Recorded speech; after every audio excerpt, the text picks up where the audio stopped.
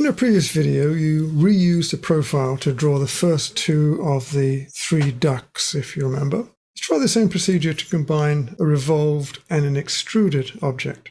So first of all, in the isometric view, I'm going to draw a semicircle of 6-inch radius.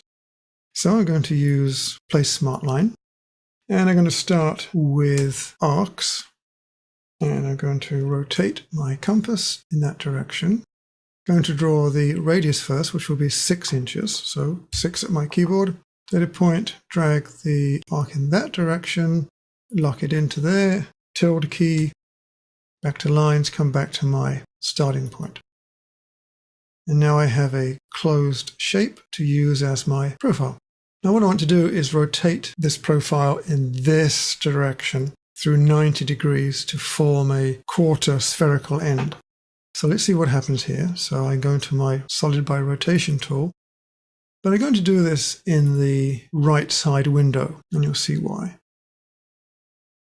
Here's my right side view, and here's my profile. Now I'm going to want to rotate it.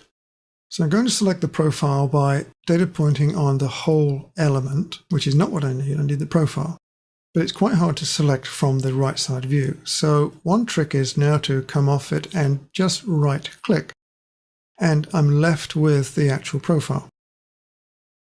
Now I can go back to my Solid by Extrusion tool and drag this another 6 inches, data point. There's the next piece of my extrusion.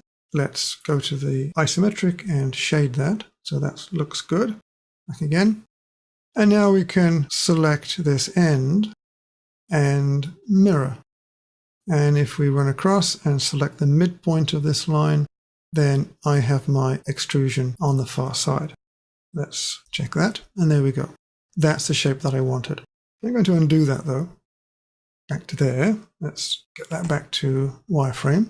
Now, in this view, I selected the profile by double-clicking on this thing and resetting, but let's do this a little differently. Need to go and select the profile, which is in there. Now, again, I can't select it, but if I drag myself just a regular box, I can quite often catch the profile, and then I can continue in the same way by using the Solid by Extrusion tool and then mirroring at the same time. So let's do that here.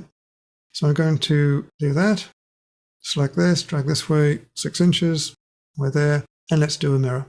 So I'm going to select this and mirror, and pick the midpoint, and we have our figure again. So that's reusing a profile for two different operations with two different tools. Try that. It's a very simple thing to do, but it does make you think about possibilities for reusing profiles.